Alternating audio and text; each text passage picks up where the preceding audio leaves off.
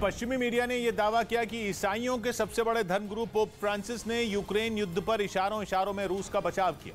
कुछ रोज पहले pope Francis पश्चिमी देशों के सैन्य संगठन नेटो पर भड़क गए थे और पश्चिमी मीडिया का दावा है कि एक बार फिर उन्होंने यह आरोप लगाया कि नेटो की वजह से ही रूस ने यूक्रेन पर हमला बोला।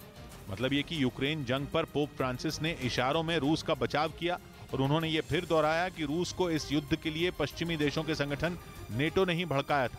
हालांकि ईसाइयों के सबसे बड़े धर्मगुरु पोप फ्रांसिस ने यूक्रेन में रूसी सेना की बेरहमी की निंदा की। उनका मानना है कि पिछले 100 से ज्यादा दिनों से चल रही इस जंग को रोका जा सकता था, लेकिन नेटो ने ऐसा होने नहीं दिया। असल में रूस बार बार यूक्रेन को नेटो में शामिल होने की जिद छोड़ने के लिए कह रहा था, लेकिन यूक्रेन ने पुतिन की बात नहीं मानी, जिससे बात बिगड़ गई।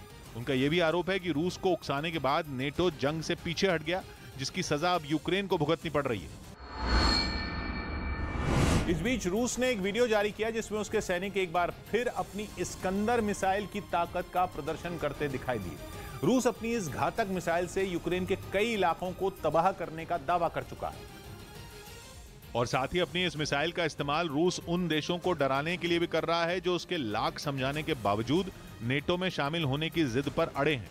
कुछ दिन पहले ये खबर सामने आई थी कि रूस ने अपनी इस्कंदर मिसाइलों को फिनलैंड बॉर्डर की तरफ रवाना कर दिया है। इस बीच रूसी सेना ने एक बार फिर अपनी इस घातक मिसाइल की ताकत को परखा। सामने आए वीडियो में दिखा कि एक बड़े ट्रक पर तैनात इस्कंदर मिसाइल को जैसे ही हमला करने के लिए छोड़ा गया, वो तेजी से आसमान की तरफ उड़ गई।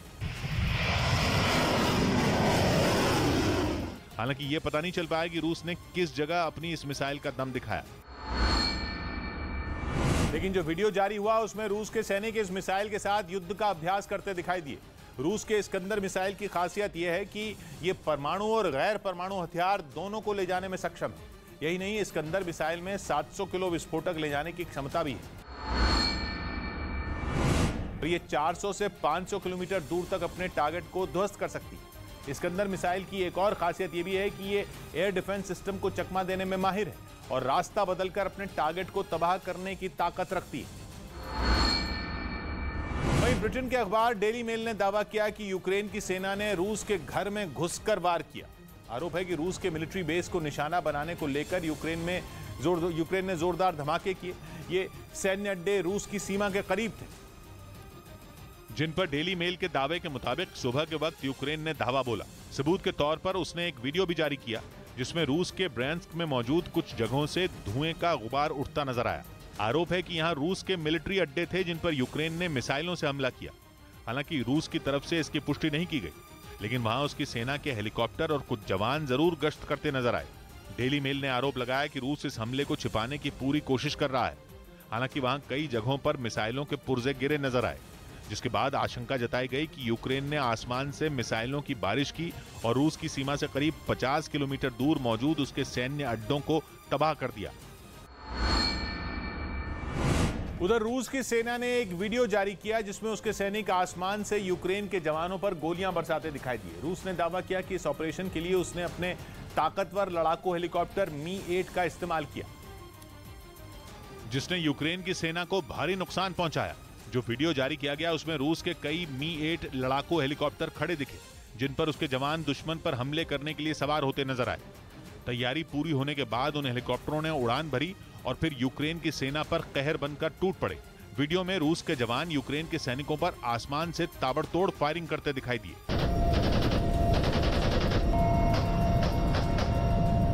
रूस का दावा है कि इस ऑपरेशन में यूक्रेन की सेना को भारी नुकसान पहुंचा, जिसमें यूक्रेन के कई सैनिकों की मौत हो गई।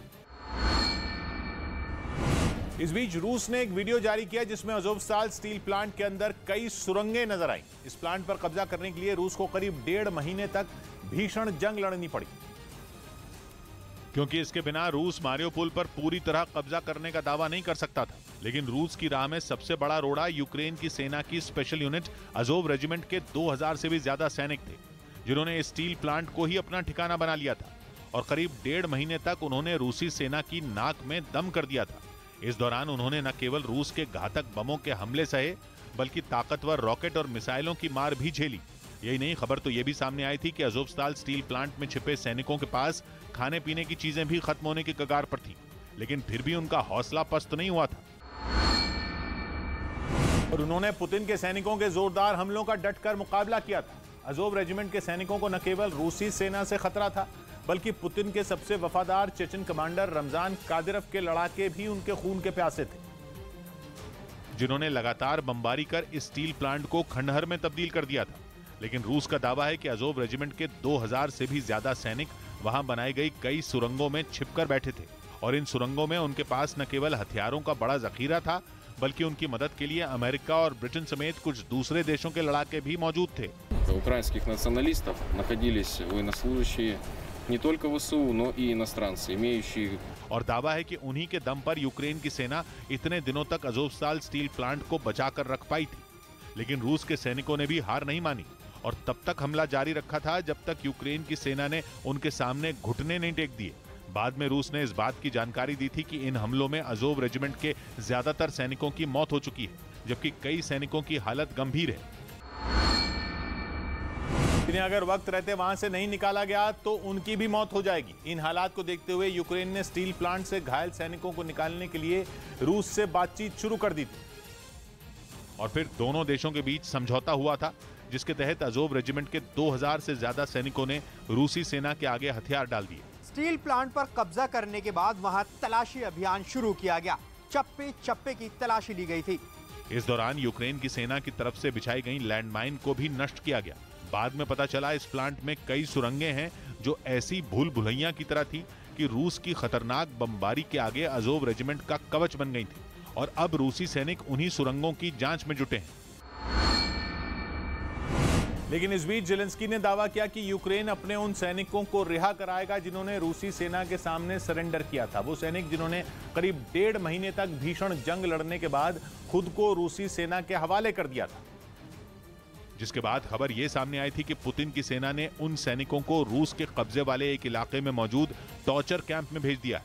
यूक्रेन ने यह भी आरोप लगाया था कि रूस करीब 1000 अजोव लड़ाकों को मौत के घाट उतारने की तैयारी में है और अब ज़ेलेंस्की ने अपने उन्हीं सैनिकों को रूस के कब्जे से छुड़ाने का ऐलान किया है।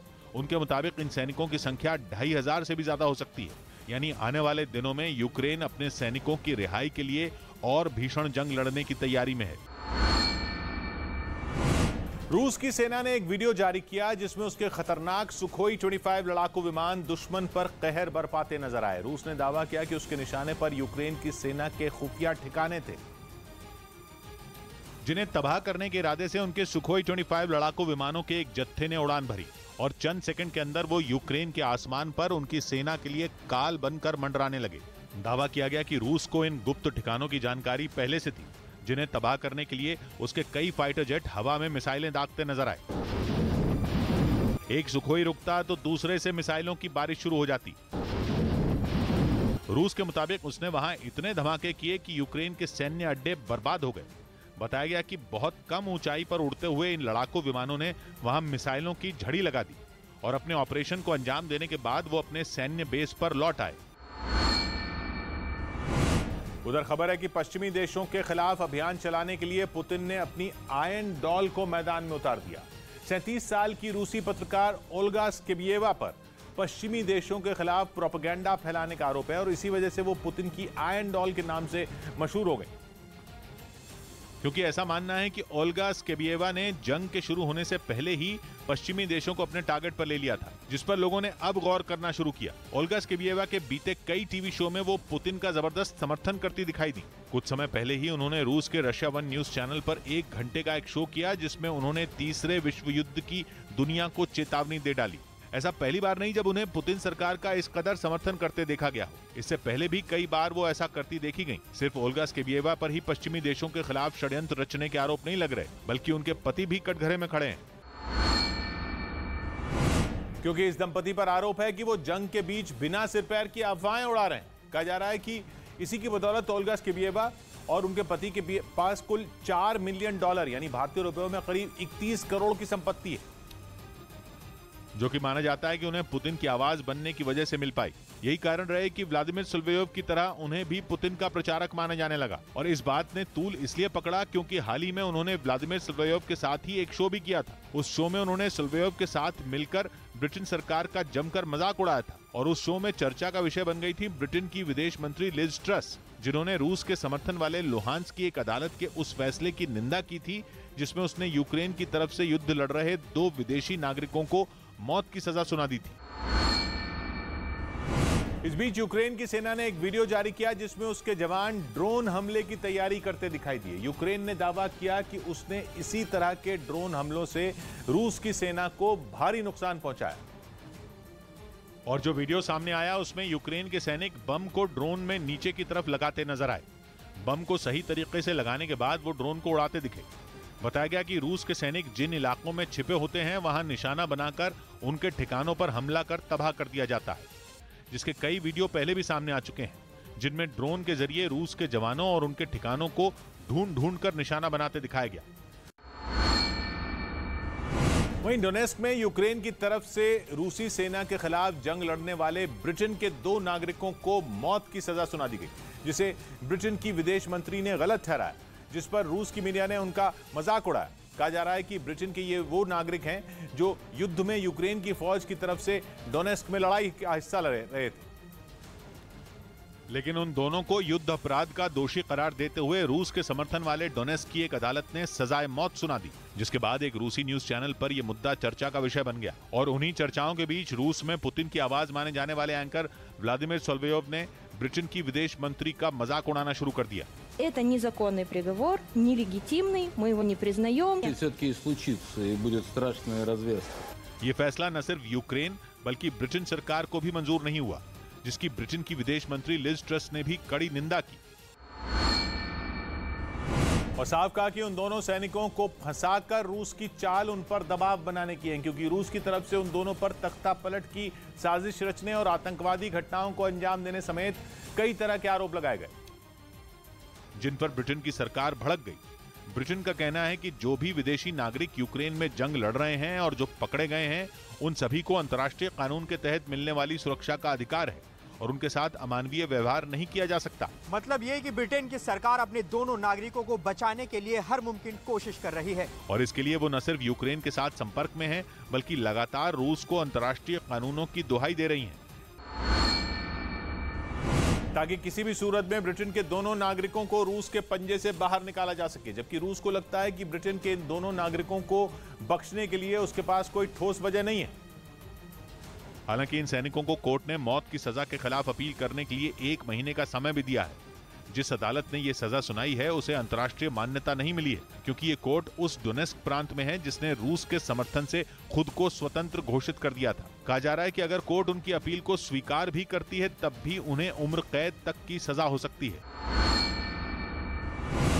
लेकिन इस तरह ब्रिटेन के सैनिकों को दोषी करार देने के पीछे रूस के साजिश रचने की बात भी सामने आ रही है। माना जा रहा है कि अपने सैनिकों को छुड़ाने के लिए रूस ने ये चाल चली, जिसके तहत ब्रिटेन के नागरिकों को मौत की सजा सुना दी गई। दावा यह किया जा रहा है कि ब्रिटेन में कैद कुछ रूसी लोगों के बदले इन दोनों ब्रिटिश नागरिकों को रिहा करवाया जा सकता है। यूक्रेन की जंग में सिर्फ ब्रिटेन के ही लोग नहीं शामिल हैं, बल्कि कई देशों के लोग रूसी सेना से दो हाथ करने में जुटे हैं। ऐसे में माना जा रहा है कि पुतिन अपने उन सैनिकों को बचाने के लिए ये षड्यंत्र रच रहे हैं, ताकि जंग की शुरुआत से यूक्रेन के साथ खड़े ब्रिटेन पर दबाव बन सके और वो अपने नागरिकों के बदले रूस के सैनिकों को वापस उसे सौंप दे।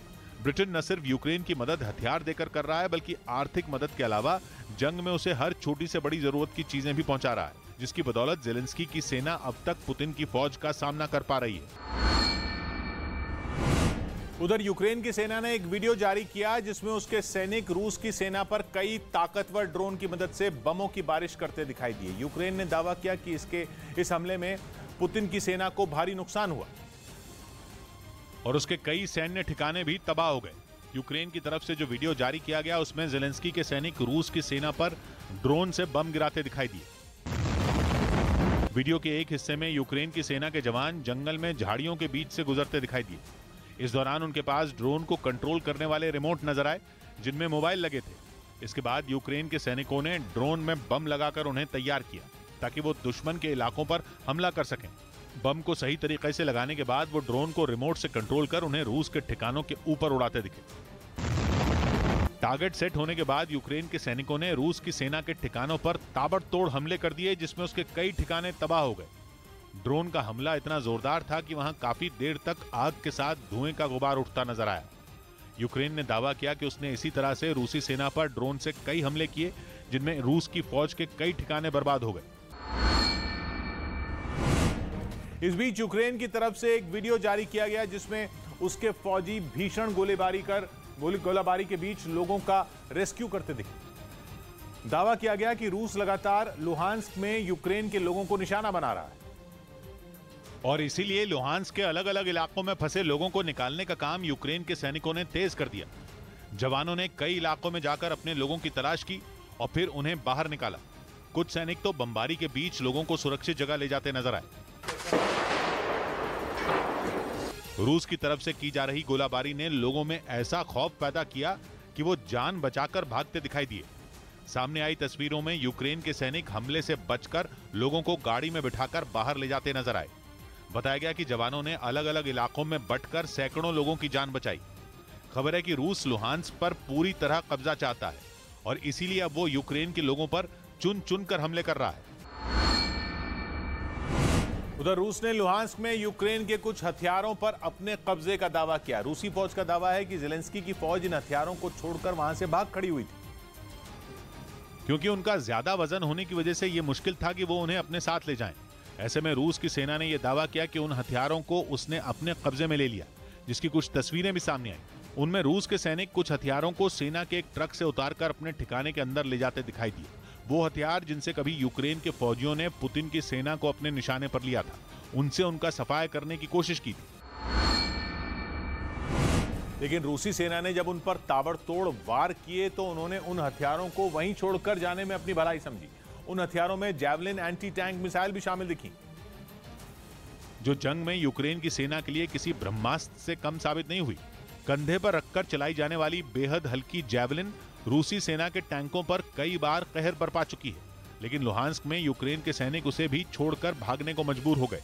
सिर्फ जैवलिन ही नहीं, ब्रिटेन से मिली एनलॉ एंटी टैंक मिसाइल भी रूस के कब्जे में आए हथियारों में शामिल दिखी, जिसे किसी भी टैंक या बख्तरबंद गाड़ी पर टॉप एंगल अटैक करने के लिए बेहतरीन हथियार माना जाता है। वहीं यूक्रेन ने एक वीडियो जारी किया जिसमें कुछ सैनिक एक सुपरमार्केट में चोरी करते दिखाई दिए। यूक्रेन ने दावा किया कि ये रूस के जवान थे जिन्होंने बंद पड़े सुपरमार्केट में चोरी की। और जो सीसीटीवी वीडियो यूक्रेन की तरफ से जारी किया गया उसमें एक सैनिक सुपरमार्केट का दरवाजा तोड़ता नजर आया। जवान ने जैसे ही बंदूक की मदद से दरवाजा तोड़ना शुरू किया, कुछ और सैनिक उसके पास आते दिखाई दिए। फौजियों ने सबसे पहले मेन गेट को खोला और फिर एक एक कर अंदर घुसे। इसके बाद उन्होंने सुपरमार्केट में रखी अलग अलग चीजों पर जमकर हाथ साफ किया। एक जवान तो कैश काउंटर में भी लूट की कोशिश करता दिखाई दिया, जबकि कुछ सैनिक दूसरी चीजों को बैग में भरते नजर आए। बताया गया कि रूस के जवानों ने खाने पीने की चीजों की तो चोरी की ही, साथ ही वो अंदर रहे कैश को भी अपने साथ ले गए। यूक्रेन ने दावा किया कि सुमे शहर के एक सुपरमार्केट में रूसी जवानों ने ये लूटपाट की। रूस और यूक्रेन में जारी जंग के बीच जर्मनी ने अपने आधुनिक टैंक KF-51 पैंथर का वीडियो जारी कर दिया। दावा किया गया कि यह रूस के घातक टैंकों को धूल चटाने की भी ताकत रखता है, क्योंकि इसे खास तौर पर रूस से लोहा लेने के लिए ही बनाया गया है। वीडियो में जर्मनी का दमदार टैंक गोले बरसाता नजर आया। बताया गया कि जर्मनी ने इसे सारी आधुनिक सुविधाओं से लैस किया है, जिसमें हथियारों के साथ ही ड्रोन को कंट्रोल करने का सिस्टम भी मौजूद है। उसकी इन्हीं खूबियों की वजह से जर्मनी इसे रूस की नाक में दम करने वाला टैंक बता रहा है। उसका दावा है कि यह रूस के खतरनाक टैंक T-14 अर्माटा को धूल चटा सकता है। ऐसा इसलिए क्योंकि जर्मनी का यह टैंक कई तरह के आधुनिक हथियारों से लैस है। इसमें बैठकर सैनिक ड्रोन को भी अपने तरीके से चला सकते हैं। साथ ही रूसी टैंक की कमजोरी यानी ऊपर से होने वाले हमलों से भी ये सैनिकों को बचाएगा। जर्मनी के मुताबिक इसका वजन करीब 59 टन है और मार करने की क्षमता 500 किलोमीटर से भी ज्यादा है। इस बीच यूक्रेन ने खार्किव में रूसी खुफिया एजेंसी FSB के एक एजेंट को दबोचने का दावा किया। आरोप है कि वो खार्किव के एक इलाके में यूक्रेन की सेना से जुड़ी जानकारी रूस तक पहुंचा रहा था और इस काम को अंजाम देने के लिए वो इंटरनेट के जरिए लगातार रूसी सेना के संपर्क में भी था। उस पर आरोप है कि वो अपने इलाके में ज़ेलेंस्की की सेना की गतिविधियों की जानकारी रूस को दे रहा था, ताकि पुतिन के सैनिक उन जानकारियों की मदद से हमले की रणनीति बना सकें। खबर है कि यूक्रेन की सुरक्षा एजेंसी को जब उस पर शक हुआ तो उस FSB एजेंट पर नजर रखनी शुरू कर दी गई और मौका मिलते ही उसे शिकंजे में ले लिया गया। सामने आई तस्वीर में यूक्रेन के सैनिक उसे जमीन पर गिराते दिखाई दिए। इसके बाद उन्होंने उसकी तलाशी ली और फिर अपने कब्जे में ले लिया। बताया गया कि उसके खिलाफ देश की सुरक्षा से जुड़ी जानकारी दुश्मन तक पहुंचाने का केस चलाया जाएगा, जिसके तहत उसे 12 साल तक की जेल हो सकती है। उधर रूस के रक्षा मंत्रालय ने एक वीडियो जारी किया जिसमें उसके सैनिक यूक्रेन के हथियारों के गोदाम पर हमला करते दिखाई दिए। रूस की सेना ने दावा किया कि यूक्रेन को यह हथियार पश्चिमी देशों से मिले थे, जिन्हें रूस की सेना ने ताबड़तोड़ हमले कर बर्बाद कर दिया। जो वीडियो सामने आया उसमें रूस की फौज समंदर से मिसाइल दागती दिखाई दी। बताया गया कि इस हमले में यूक्रेन का वो हथियार डिपो तबाह हो गया जहां पश्चिमी देशों से मिले आधुनिक हथियार भी मौजूद थे। यही नहीं, रूस की फौज ने समंदर के अलावा आसमान से भी यूक्रेन के ठिकानों को निशाना बनाया, जिसके लिए उसने अपने सबसे ताकतवर लड़ाकू हेलीकॉप्टर का-52 का इस्तेमाल किया। बताया गया कि इस गोदाम में जो हथियार तबाह हुए उनमें ज्यादातर अमेरिका और यूरोप के दूसरे देशों के थे जो यूक्रेन को मदद के तौर पर मिले थे। रूस के मुताबिक हथियारों से भरा यह गोदाम यूक्रेन के चोटकीव शहर में था।